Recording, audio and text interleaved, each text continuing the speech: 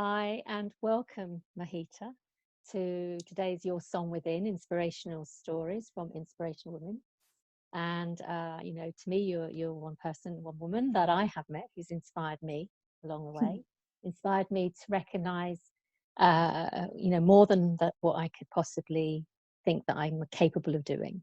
And it's been an honor to be able to walk a bit on with you on my path. And so I wanted to invite you along today to share your inspirational story with women within this group, because that's what we're all about. And, really see if there is something out there for anyone who feels they need a little bit of inspiration today, or just, just wants to listen in and hear two women talk.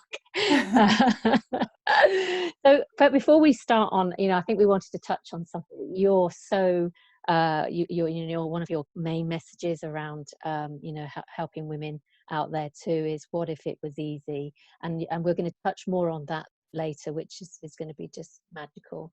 But firstly, I wanted to, introduce you to the group. Tell us a little about who you are and what you do right now. Thank you. I want to say thank you first of all. What an amazing opportunity to connect in this way. So thank you. Who am I? That's a great question as well. So my name is I am Mahita Ishaya. I'm a modern day monk, and I know that you're probably going to be speaking to some of my monkey family, as my dad likes to call it. I'm also known as Nic Devlin, and I'm a co-founder of a company called Remarkable Women.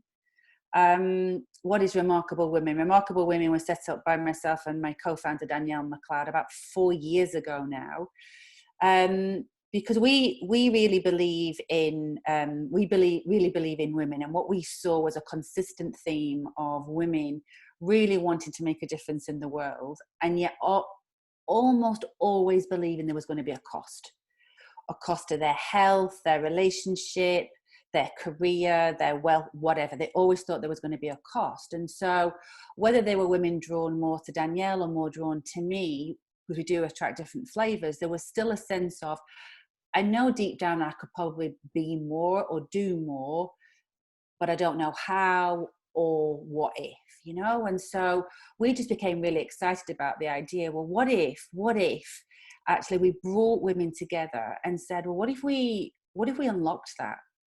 What if we unlocked that? And one of the things we've seen so powerfully is when women are in community with other women, like magic happens. It's almost like, there's rocket fuel, it's one of our phrases, is like rocket fuel which gets ignited.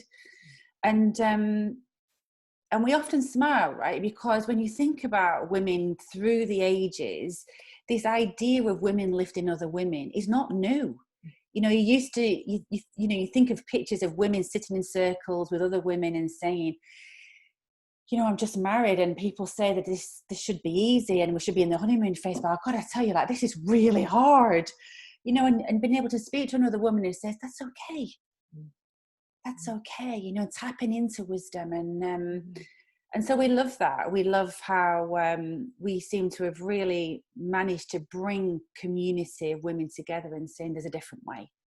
There's a different way. And so often I just feel totally blessed because I don't see it as work. I'm a coach, I'm a teacher. It's just a joy to hear, like you're doing now, hear other women's stories and hear the wisdom and the gold. And I love the idea that no one person is any further ahead than the other, but there's just there's magic, there's real synergy, there's incredible things happen when we get out of our own way, for sure.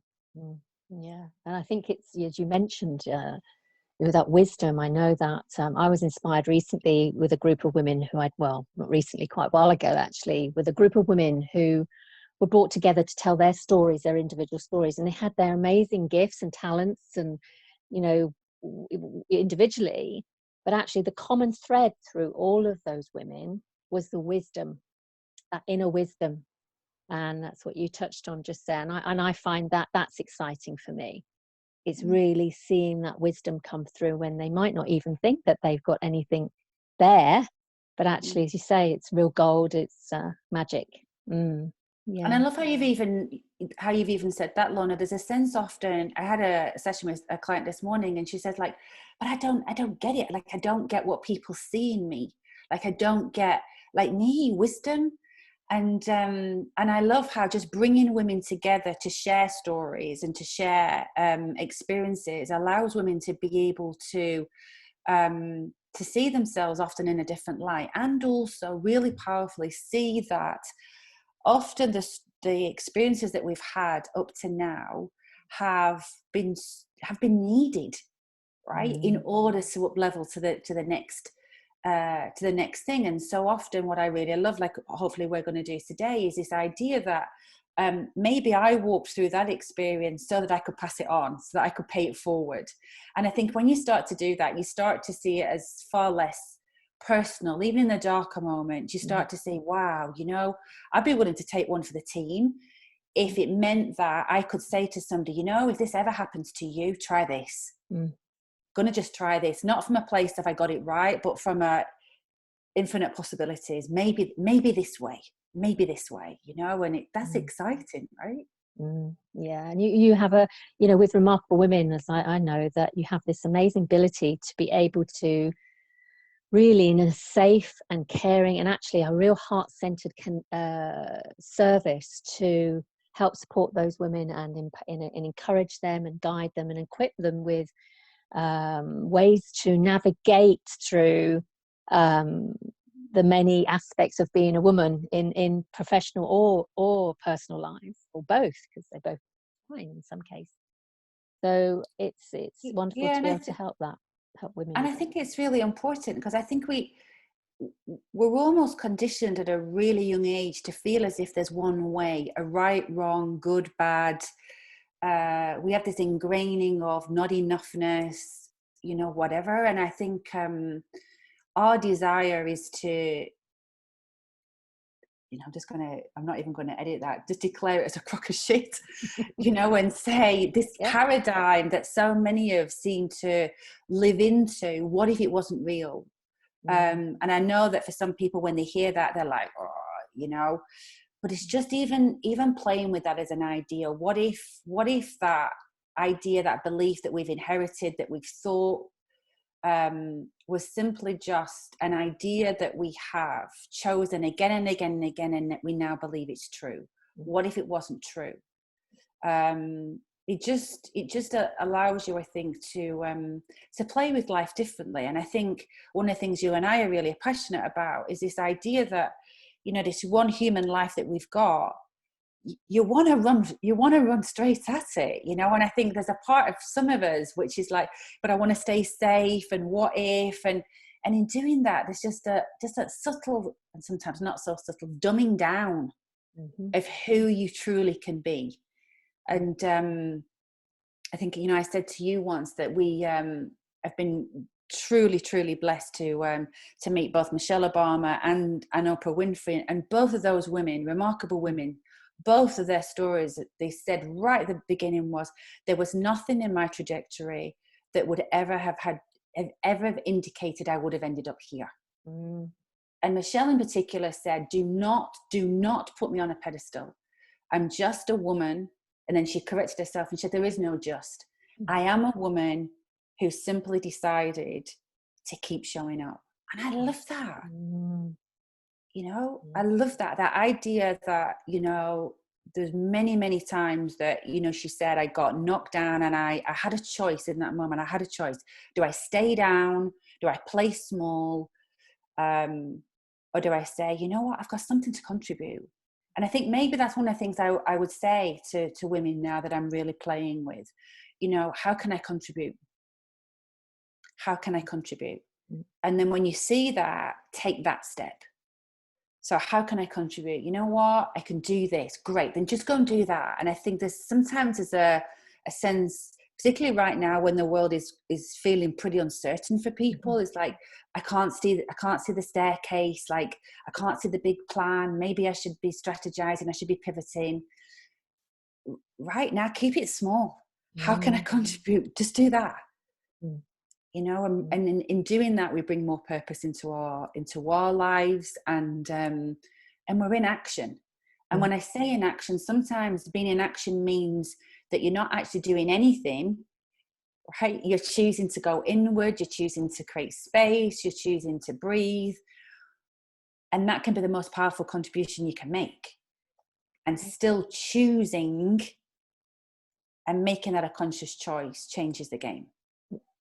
Yeah, absolutely. You know, I was having exactly the same conversation to my co-partners with this group about, you know, just coming back to being within, because that's where the true power is. And from there, everything can happen in exactly the right way, without it being difficult or a struggle. And it can become so much more easier with where we place our attention and come back within ourselves, and we can guide people, and we help people to help women to remember that, and to know how to do that, and to trust that's where it can all easily take place, you know, through life. So yeah, I think we forget how powerful we are. Glennon Doyle's got an amazing book out at the moment called Untamed. And she talks about this idea that at a really young age, we are tamed. And so she talks about a story of a cheetah in a zoo who's been befriended by, I think it's a Labrador or some kind of dog.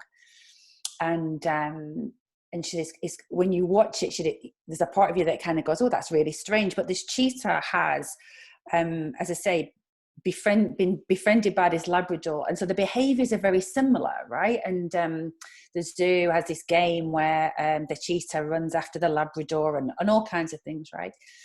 Runs after this pretend pink bunny, I think, or whatever.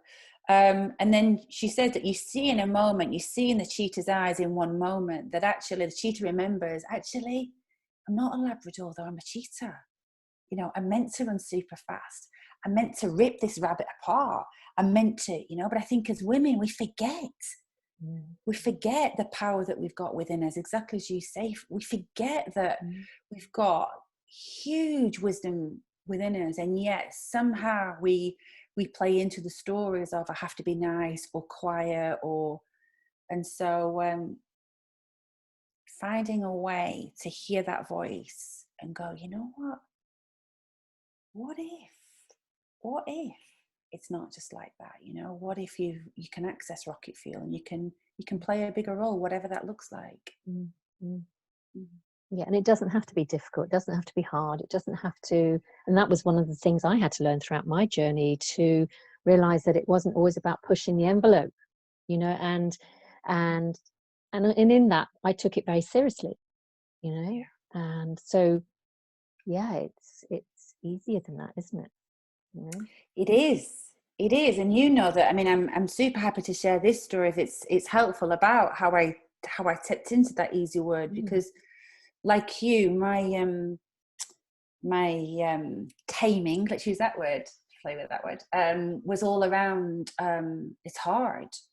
You have to work hard, you have to study hard, and I saw that a lot of my patterns were around, if anything was unknown to me, the first place I would go to is I can't, it's going to be too hard, it's going to be hard. And I had that really massively turned on its head 3 years ago, where I was going to say by coincidence or fortuitously, but I don't actually believe in that. So let me own that as my truth. Danielle and I had been down to London to be interviewed and for a podcast, and somebody gifted me a question. So I want you to know it's not my question, I'm just paying it forward. Gifted me a question, which was, what if it was easy? And it was one of those questions that like kind of got logged, you know, like got logged in.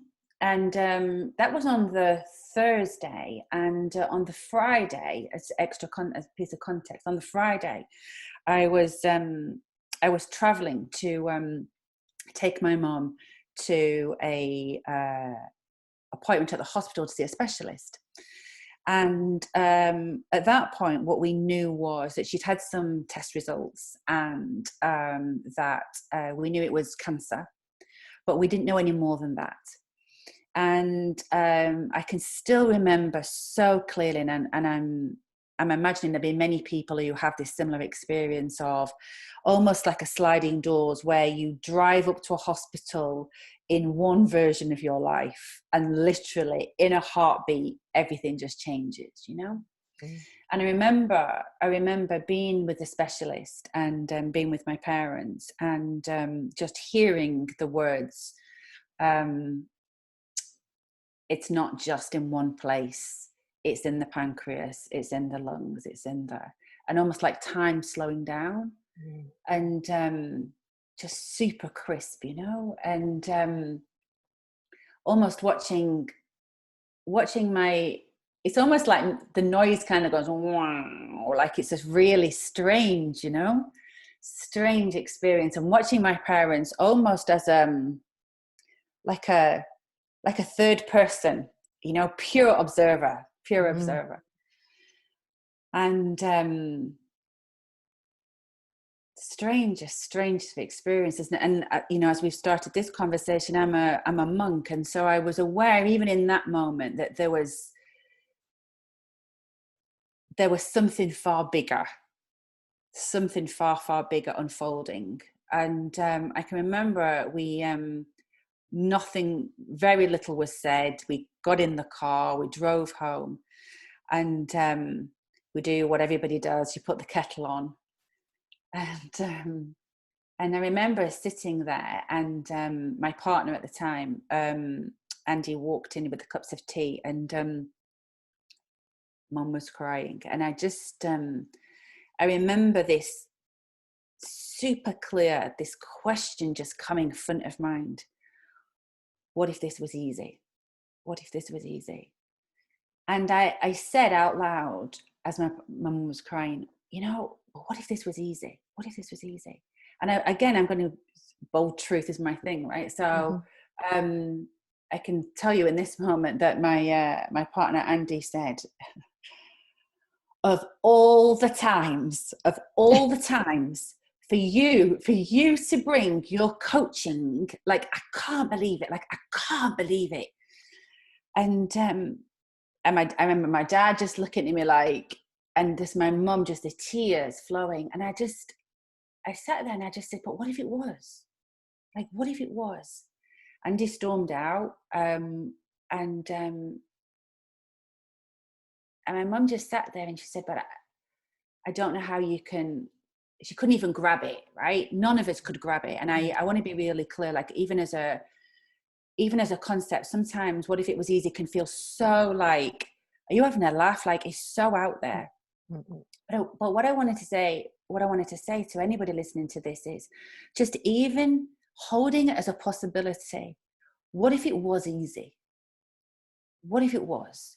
And the reason why that almost as first base is so important is what I have seen, as I say, so consistently, is automatically in those times we go to, it's going to be hard. I'm going to be scared or whatever. But just having a different place to stand, which is, but what if it was easy? And so what I said to my parents was, I don't have any wisdom. I don't have any wisdom. But I do want to say this. What if it was easy? And so what we agreed to do for 24 hours was just to sit with it, even as a question. And it was edgy, you know, as I say, it was edgy. What if it was easy? And so the next morning, when we got up, and I said to my mum, how are you feeling? And she said, I just can't get my head around this. You know, this is terminal. I just don't know. And I said, she said, what do you even do on day one when you've had that information? What do you do? And I said, well, I don't know, like, what if it was easy? Like, well, let's play. What if it was easy? And she said, well, if it was easy, I would go to my favorite garden, and I would just, I might even get emotional, I would just smell the roses.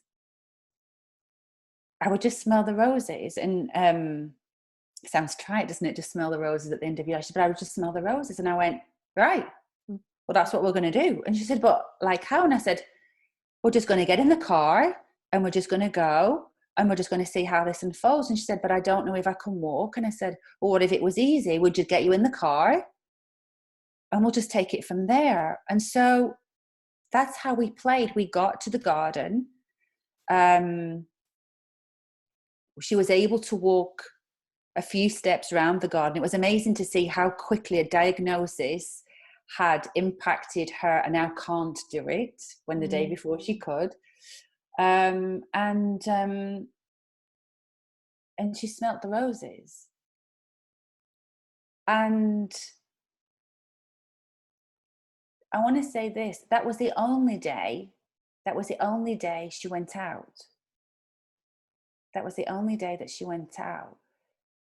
Because the day after that, again, everything started to change really quickly. That information of this is not going to get better really started to affect her system, and she changed. But just every single day we played with, well, what if it was easy? What if it was easy? And so there are a couple of things that I just want to draw out of the story across that time, because particularly at a time like now when sometimes life doesn't feel easy, it allows you to take smaller steps. And so one piece of the story was, as her cancer was progressing, it was progressing fast. I remember somebody coming, a nurse coming, and saying, we're really worried about her back pain. It could have traveled. And again, seeing how, as part of our taming, as a family, we're like, oh, this is a medical person, therefore we have to listen, you know. And this medic saying, I think we need to take her to hospital. And again, just tapping him out and seeing the horror on my mum's face and saying, slowing down exactly as you said, and saying, Mum, what's your wisdom? And she said, I can't go, I can't. And I said, but what's your wisdom? And she said, my wisdom is my fear and my wisdom is if I go to the hospital, I won't get back. You know, I won't get back. And so I remember again saying to her, well, what if it was easy? And she said, well, I wouldn't go, but I have to go. And I said, well, let's slow down. What if it was easy? And she said, but I wouldn't go. And then straight away, the mind would kick in with all the reasons. And I said, but what if it was easy? And she said, I wouldn't go. And I go, great. You're not going. You know, and I can still remember my dad and as I say, the medical guy saying, but you don't understand. I was like, I do understand. I do understand. This is a woman who in her bold truth is saying what she wants. And this is what she wants. And so I offer that because, again, as I say women, because I can't speak from men's experience, but I think so often our conditioning is we have to do what we're told. We have to follow a path. And sometimes playing with what if it was easy means that you can allow yourself to even just see all the other possibilities before you then choose the path. You know? And of course you can still dismiss it, but even allowing yourself to sit with what if it was easy, as you go, never even thought about it before. Yeah. You know, and magic can come from that. And I guess that's the other part of the story, which again, in some regards just makes me go, how did that even happen? Mum was getting really poorly, and I can remember one of her big regrets was, I'm never going to see you get married. And I had been married before, and she hadn't been at that wedding, and she said, I'm just never going to see you get married. And I can remember sitting there and thinking, yeah, I understand that. I understand the pain of that, you know. And I totally unknown to me, about 24 hours later, I travelled home just to get some respite because I'd moved in with them. And I came back home, and I got in the car, and my partner, Andy, I was aware that he was talking, but I have to say, as much as I'm a monk and supposed to be very present, I clearly was not. I was aware of him talking, and I was like not really computing. And they said, I've got something to say. And I was like, yeah, I know, but I need to keep telling you what's happening. And anyway, he said, but I've got something. And he got out this little Haribo ring. I still have it in my desk, this Haribo ring. And he said, I want us to get married. And I have to say, Lorna, I swear that was in some regards more shocking than the news that my mum was facing, you know? Because he'd always been a guy who was like, I'm not getting married again, you know, it hurts when it doesn't work out and whatever. And to fast forward the story, you know, in many levels, it seemed inconceivable to get married. But I, again, using what you said, tuned into my inner wisdom and said, what do I know? And what I knew was she hasn't got long. She hasn't got long. And so because I speak bold truth, I said to Andy the next day, thank you for asking me to get married. And what I want you to know is, if we're going to get married, I want to get married fast. And I can still remember him going, like, what is it about you, woman, you know, that just always, you know? And I just said, because here's my truth. My truth is that if I can't imagine as being engaged and then getting married, knowing all along that really what she wanted more than anything was to be at our wedding. If we're going to get married, just get married, you know? And straight away we were in there, well, what if it was easy? And I was like, well, if it was easy, I would go on the internet and I would find a wedding ring, a wedding dress. And so I went on the internet and I found a wedding dress, and I was like, but what if it doesn't fit? What if it was easy? I would buy 2 sizes, one of them's going to fit, right? But we need a ring, and we haven't budgeted for this. What if it was easy? I would take a necklace that I had, and I would say, put that diamond in a ring. How quick can that be done? But we can't get married in England because we live in Scotland. But what if it was easy? Okay, well, we know a minister. Danielle's mum is a minister. Can she get permission to marry us from the bishop? More or less, yes. And so literally within, that was a Friday, 5 days, Saturday, Sunday, Monday, Tuesday, Wednesday, 5 days, we got married with my mum. I've got a picture of it on my desk, round her bed, with Andy, my husband, then my mum, my dad, and his parents, who'd never met before. And she passed on the Saturday. And so I share that story from a perspective of, even in your darkest times, asking yourself, what if it was easy, allows you access to that wisdom. There's always an easier way. And if easy feels too hard, go easier. What if this was easier? You know? Yeah.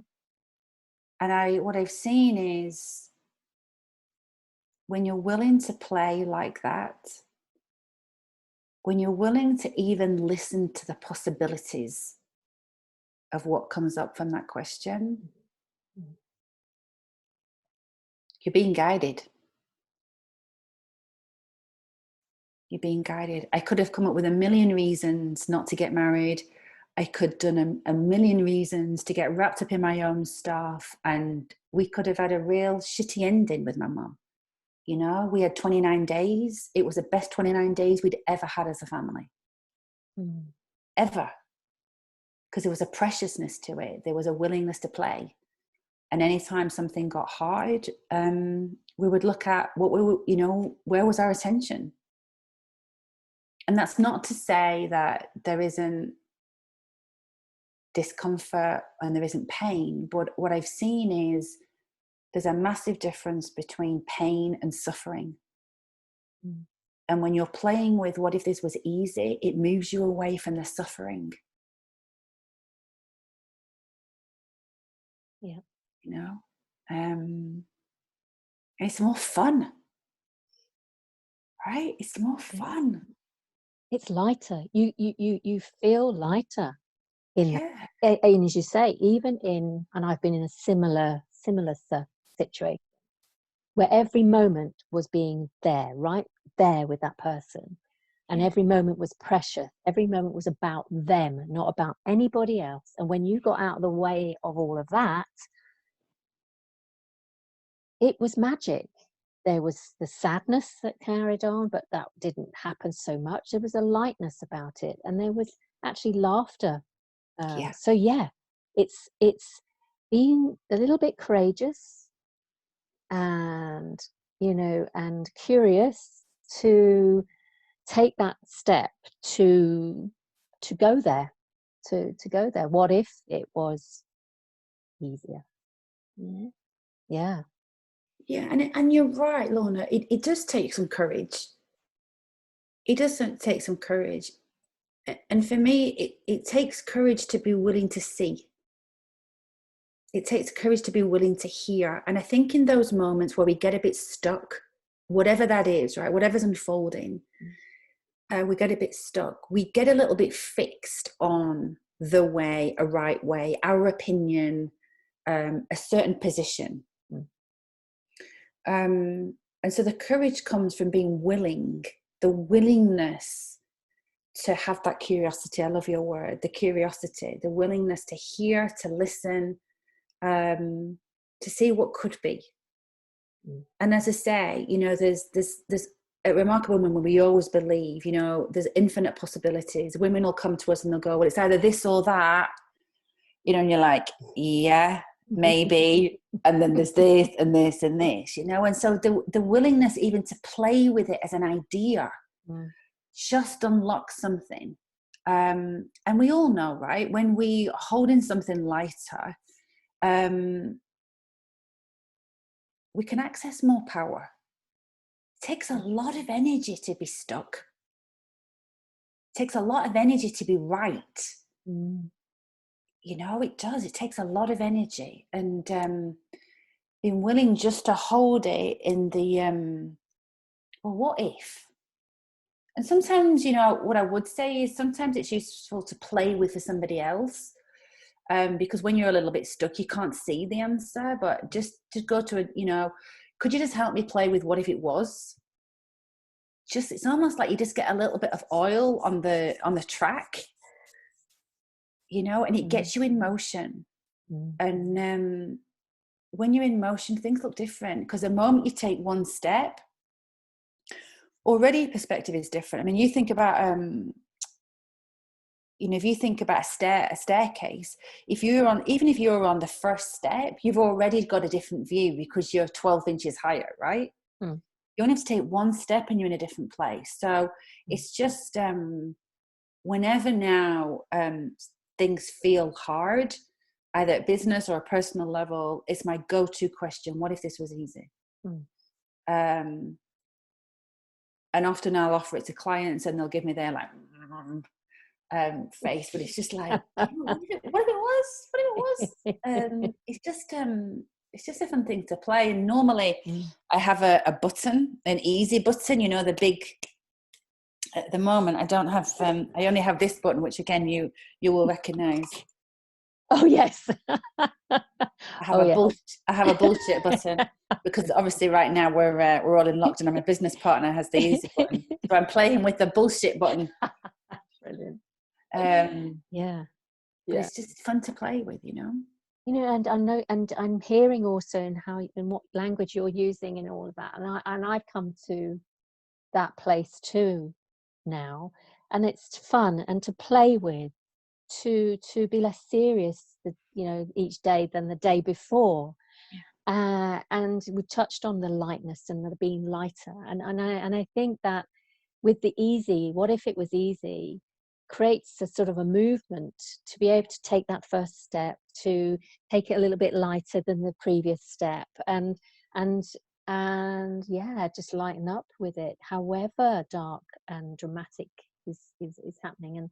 And as we're recording this, not to put a date stamp on the video, but it's it's April 2020, and we're in a time where the world has shifted and changed, and it looks like things are becoming not easy in some people's visions. There's a choice whether we see it as an adventure or we see it as a way to that it's against us and happening to us, and not easy at all.